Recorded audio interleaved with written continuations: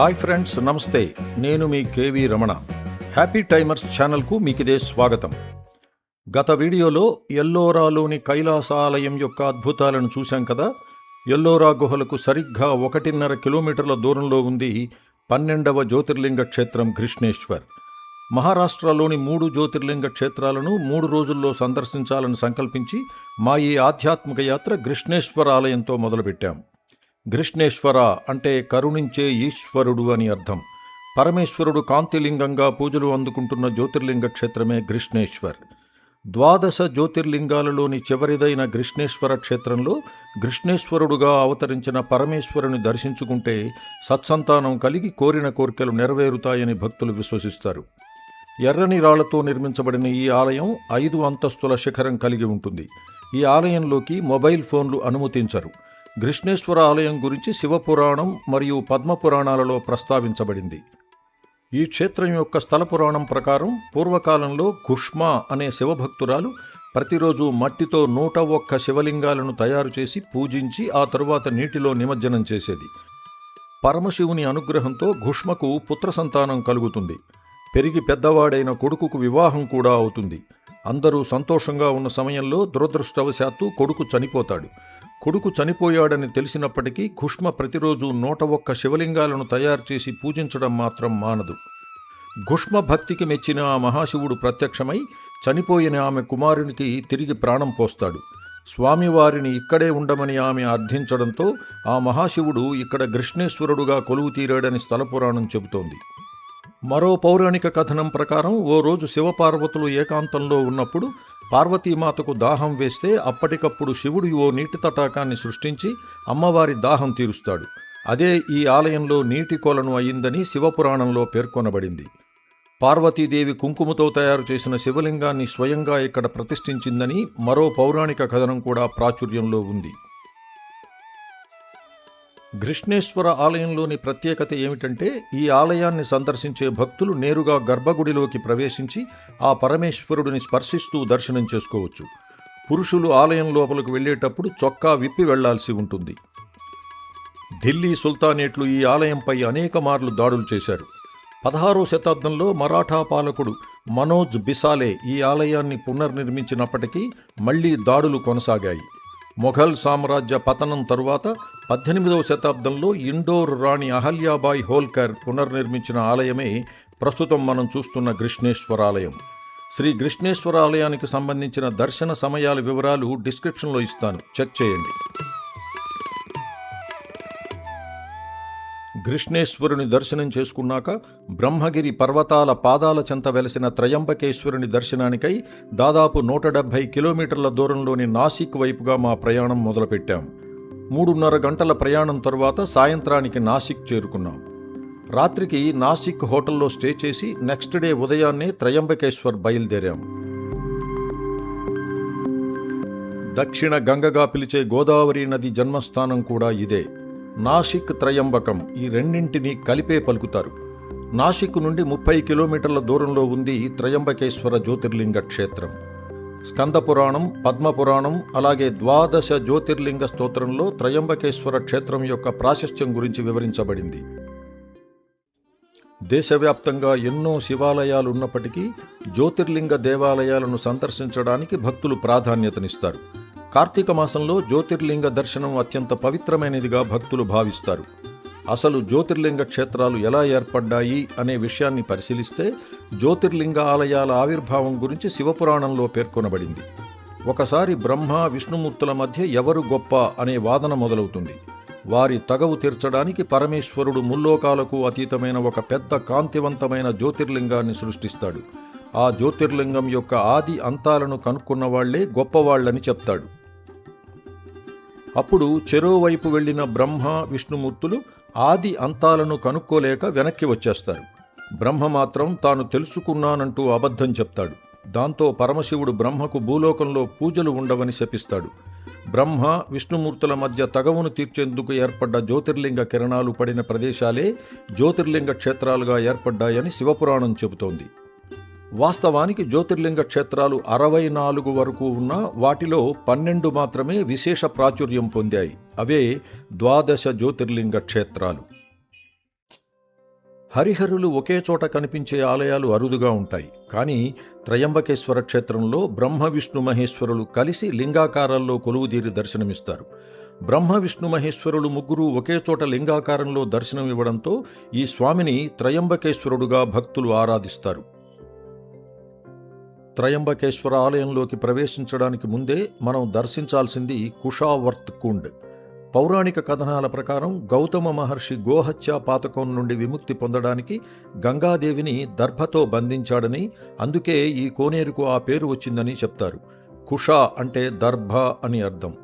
పవిత్ర గోదావరి నది అంతర్వాహినిగా ప్రవహించి ఇక్కడ ప్రత్యక్షమవుతుంది. కుంభమేళా సమయంలో లక్షలాది మంది భక్తులు ఇక్కడ పుణ్యస్నానాలు చేస్తారు. కుషావర్త్ కుండుకు పక్కనే ఉన్న ఆలయంపై అద్భుతమైన శిల్పాలను మనం చూడొచ్చు. త్రయంబకేశ్వర ప్రధాన దేవాలయానికి వెనుక భాగంలో ఉన్న ఈ క్యూ కాంప్లెక్స్ నుండి ఫ్రీ దర్శనం క్యూ లైన్ మొదలవుతుంది. మేము వెళ్లిన సమయంలో భక్తుల రద్దీ ఎక్కువగా ఉండడంతో 200 రూపాయల డొనేషన్ దర్శన్ టికెట్ల కోసం ప్రయత్నించాం. ఈ స్పెషల్ దర్శన్ టికెట్ల కౌంటర్ కుషావర్త్ కుండుకు పక్కనే ఉంటుంది. ఈ టికెట్లు బయోమెట్రిక్ ద్వారానే ఇష్యూ చేస్తారు. అంటే దర్శనం చేసుకోవాలనుకుంటున్న భక్తులందరూ తప్పనిసరిగా కౌంటర్ వద్దకు వెళ్లాల్సి ఉంటుంది. మేము 200 రూపాయల స్పెషల్ దర్శన్ టికెట్లు తీసుకుని ఆలయంలోకి నేరుగా వెళ్ళాం. మాకు దర్శనానికి ఎక్కువ సమయం పట్టలేదు. ఈ ఆలయంలోని విశేషం ఏమిటంటే, సాధారణంగా శివాలయాలలో శివలింగం పైకి ఉంటుంది. కానీ ఇక్కడి గర్భాలయం లోపల కింది భాగంలో 3 చిన్న శివలింగాలుంటాయి. ఇవి బ్రహ్మ విష్ణు మహేశ్వరులకు ప్రతీకలుగా చెప్తారు. ఈ ఆలయంలోని శివలింగంపై ఉంచే వజ్ర కిరీటం పాండవుల కాలం నాటిదని చెప్తారు. ప్రతి సోమవారం సాయంత్రం 4-5 గంటల మధ్య ఈ కిరీటాన్ని స్వామివారికి అలంకరిస్తారు. ఇతర శైవ క్షేత్రాల మాదిరిగా త్రయంబకేశ్వర గర్భాలయానికి ఎదురుగా నందీశ్వరుడు ఉండడు. ఈ ఆలయంలో నందీశ్వరునికి ప్రత్యేకంగా మందిరం ఉంటుంది. భక్తులు ముందుగా నందీశ్వరుని దర్శించుకుని ఆలయం లోపలికి వెళ్తారు. గర్భగుడిలోని పానవట్టం లోపల నిరంతరం నీళ్లు వస్తూనే ఉంటాయి. ఆ నీటి ఊట ఎక్కడి నుండి వస్తుందనేది ఇప్పటికీ ఎవరికీ తెలియదు. త్రయంబకేశ్వర క్షేత్రాన్ని సందర్శించే చాలామంది భక్తులు ఆలయంలోని త్రయంబకేశ్వరుని దర్శించుకొని వెళ్ళిపోతారు. కానీ ప్రధాన ఆలయానికి వెనుక వైపున ఉన్న జునే మహాదేవ్ ఆలయాన్ని కూడా మేము సందర్శించాం. జునే అంటే మరాఠీలో పాతది అని అర్థం. ఈ ఆలయం చిన్నదిగా ఉన్నప్పటికీ ఇది చాలా పురాతనమైనదని స్థానికులు చెప్తారు. దక్షిణ గంగగా పిలిచే గోదావరి నది జన్మస్థానానికి సంబంధించి వివిధ పౌరాణిక కథనాలు ఉన్నప్పటికీ ప్రాచుర్యంలో ఉన్న కథనం ప్రకారం సప్త ఋషుల్లో ఒకరైన గౌతమ మహర్షి అహల్యతో కలిసి ఒకప్పుడు ఇక్కడే నివసించేవారు. ఆ సమయంలో ఈ ప్రాంతమంతా తీవ్రమైన కరువు సంభవిస్తుంది. ఆకలి దప్పులతో ప్రజలు ఇబ్బంది పడుతుంటారు. గంగా ప్రవాహాన్ని ఈ ప్రాంతానికి రప్పించి ప్రజల బాధలను తీర్చడానికై గౌతమ మహర్షి బ్రహ్మగిరి పర్వత శిఖరంపై ఘోరమైన తపస్సు చేస్తాడు. గౌతముడి భక్తికి మెచ్చిన ఆ పరమశివుడు గంగాదేవిని ఈ ప్రాంతంలో ప్రవహించేందుకై ఆదేశిస్తాడు. ఆ జల ప్రవాహమే బ్రహ్మగిరి పర్వతం పైనుండి ప్రవహిస్తూ గోదావరి నదిగా ఆవిర్భవించిందని ప్రతీతి. శ్రీ త్రయంబకేశ్వర ఆలయానికి సంబంధించిన దర్శన సమయాల వివరాలు డిస్క్రిప్షన్లో ఇస్తాను, చెక్ చేయండి. త్రయంబకేశ్వర క్షేత్రంలోని స్వామివారిని దర్శించుకునేందుకు ఆన్లైన్లో కూడా టికెట్లు బుక్ చేసుకోవచ్చు. అలాగే దేవస్థానం వారి నిర్వహణలో ఉన్న భక్త నివాస్లో ఆన్లైన్లో రూములు బుక్ చేసుకోవచ్చు. ఆ వివరాలన్నీ డిస్క్రిప్షన్లో ఇస్తాను, చెక్ చేయండి. త్రయంబకేశ్వరుని దర్శించుకున్నాక మధ్యాహ్నం లంచ్ చేసుకుని మహారాష్ట్రలోని 3వ జ్యోతిర్లింగ క్షేత్రమైన భీమాశంకర్ వైపుగా మా ప్రయాణం మొదలుపెట్టాం. త్రయంబకేశ్వర్ నుండి దాదాపు 220 కిలోమీటర్ల దూరంలో ఉంది భీమాశంకర క్షేత్రం. 6 గంటల ప్రయాణంలో దారిలోనే డిన్నర్ ముగించుకొని రాత్రి 9 గంటలకు భీమాశంకర క్షేత్రానికి దగ్గరలోని మహారాష్ట్ర టూరిజం వారి రిసార్ట్కు చేరుకున్నాం. ఈ రిసార్ట్లో రూములు మేము ముందుగానే ఆన్లైన్లో బుక్ చేసుకున్నాం. రూములు బుక్ చేసుకున్న వాళ్ళకి బ్రేక్ఫాస్ట్ కూడా ప్రొవైడ్ చేస్తారు. వివరాలు డిస్క్రిప్షన్లో ఇస్తాను, చెక్ చేయండి. ఈ రిసార్ట్లో రూములు చాలానే ఉన్నాయి. మెయింటెనెన్స్ కూడా బాగుంది. రూముల రేట్లు కూడా రీజనబుల్గానే ఉన్నాయి. రెస్టారెంట్ కూడా ఉంది. అయితే ఈ రిసార్ట్ భీమాశంకర క్షేత్రానికి 10 కిలోమీటర్ల ముందుగానే ఉంటుంది. లోకల్ ట్రాన్స్పోర్ట్ దొరకదు. మీ ఓన్ వెహికల్లో వస్తే మాత్రమే ఈ రిసార్ట్లో రూములు బుక్ చేసుకోవడం మంచిది. భీమాశంకర క్షేత్రంలో తెల్లవారుజామున చేసుకునే దర్శనం అద్భుతంగా అనిపిస్తుంది. అందుకే మేము ఉదయం 5 గంటలకల్లా దర్శనానికై రూము నుండి బయలుదేరాం.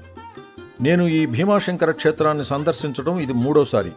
ఈ క్షేత్రానికి సంబంధించి పూర్తి వివరాలతో కూడిన వీడియోను గతంలో మన ఛానల్లో పబ్లిష్ చేశాను. మీరు చూడనట్లయితే చూడండి. సహ్యాద్రి పర్వత శ్రేణుల మధ్య ప్రకృతి ఒడిలో దాగి ఉంటాడు ఈ భీమాశంకరుడు. మెట్ల మార్గం దగ్గరకు చేరుకున్నాక దాదాపు 230 మెట్లు కిందకు దిగుతూ దేవాలయానికి చేరుకోవాల్సి ఉంటుంది. ఉదయం 5:30 కల్లా దేవాలయం లోపలికి చేరుకున్నాం. అప్పటికే కొంతమంది భక్తులు అక్కడ దర్శనానికై వేచి ఉన్నారు. మేము ప్రశాంతంగా స్పర్శ దర్శనం చేసుకోవడంతో పాటు అభిషేకం చేసే అదృష్టం కూడా మాకు కలిగింది. ఉదయం దర్శనం చేసుకున్న భక్తులందరూ ఒక్కొక్కరు వెళ్ళిపోతుండడంతో ఆలయ ప్రాంగణం ప్రశాంతంగా మారింది. మేము మాత్రం దాదాపు గంట సేపు గర్భాలయానికి ముందే గడిపాం. మళ్లీ మరోసారి దర్శనం చేసుకుని బయటకు బయలుదేరాం. గర్భగృహానికి ఎదురుగా ఉన్న శనీశ్వరుని, జంట నందులను దర్శించుకున్నాం. ఇక్కడ పక్కనే ఉన్న దీపస్తంభం అద్భుతంగా కనిపించింది. ఆలయం నుండి బయటకు వచ్చాక ఆలయానికి వెనుక వైపున ఉన్న గుప్త భీమాశంకరుకు వెళ్లే మార్గాన్ని చూశాం. మెట్ల మార్గం నుండి నడవలేని వారు ఆలయం వెనుక వైపుకు కారులో వచ్చేందుకు కూడా ఇక్కడ అవకాశం ఉంది. ఆలయానికి పక్కనే ఉన్న శ్రీరామ మందిరాన్ని దర్శించుకొని మెట్ల మార్గం ద్వారా మళ్లీ బయటకు బయలుదేరాం. బయటకు వెళ్లే మెట్ల మార్గంలో ఒరిజినల్ రుద్రాక్షలు అమ్మే షాపు కనిపించింది. సరే, ఒకసారి ప్రయత్నం చేద్దామని అడిగితే ఒరిజినల్ రుద్రాక్ష కాయలను మన కళ్ల ముందే క్లీన్ చేసి ఇస్తుండడంతో రుద్రాక్షలు కూడా కొన్నాం. కృష్ణానదికి ఉపనది అయిన భీమానది జన్మస్థానం దేవాలయానికి పక్కనే ఉండడంతో చూడటానికై ఆసక్తిగా బయలుదేరాం. ఎగుడు దిగుడుగా ఉన్న గుట్టపైకి ఎక్కుతూ భీమానది పుట్టిన ప్రదేశం దగ్గరికి చేరుకున్నాం. ఇక్కడ నుండి చూస్తే సహ్యాద్రి పర్వత శ్రేణుల అందాలు అద్భుతంగా కనిపించాయి.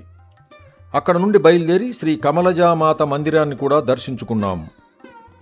ఆలయం లోపలకు ప్రవేశించే మెట్ల మార్గానికి దగ్గరలోనే మహారాష్ట్ర ఫారెస్ట్ డిపార్ట్మెంట్ వారి నిర్వహణలో ఉన్న మహదేవ వనం, వనస్పతి పాయింట్, హనుమాన్ తలే, నాగపణి పాయింట్లను చూసేందుకు బయలుదేరాం.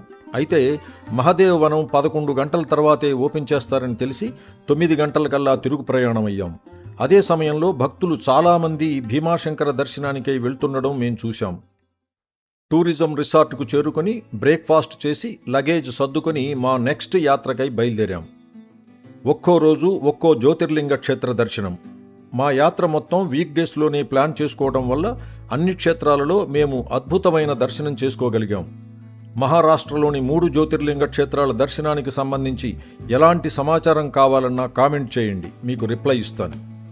ఇది ఫ్రెండ్స్, మహారాష్ట్రలోని 3 జ్యోతిర్లింగ క్షేత్రాల మా యాత్రా విశేషాలు. ఈ వీడియో మీకు నచ్చితే లైక్ చేయండి, మీ ఫ్రెండ్స్కు షేర్ చేయండి. ఈ వీడియో మరింత మందికి చేరేందుకై హైప్ బటన్ కూడా క్లిక్ చేయండి. ఇలాంటి ఆధ్యాత్మిక, చారిత్రక వీడియోల కోసం ఈ ఛానల్ను సబ్స్క్రైబ్ చేయండి. Thank you for watching. Have a good day.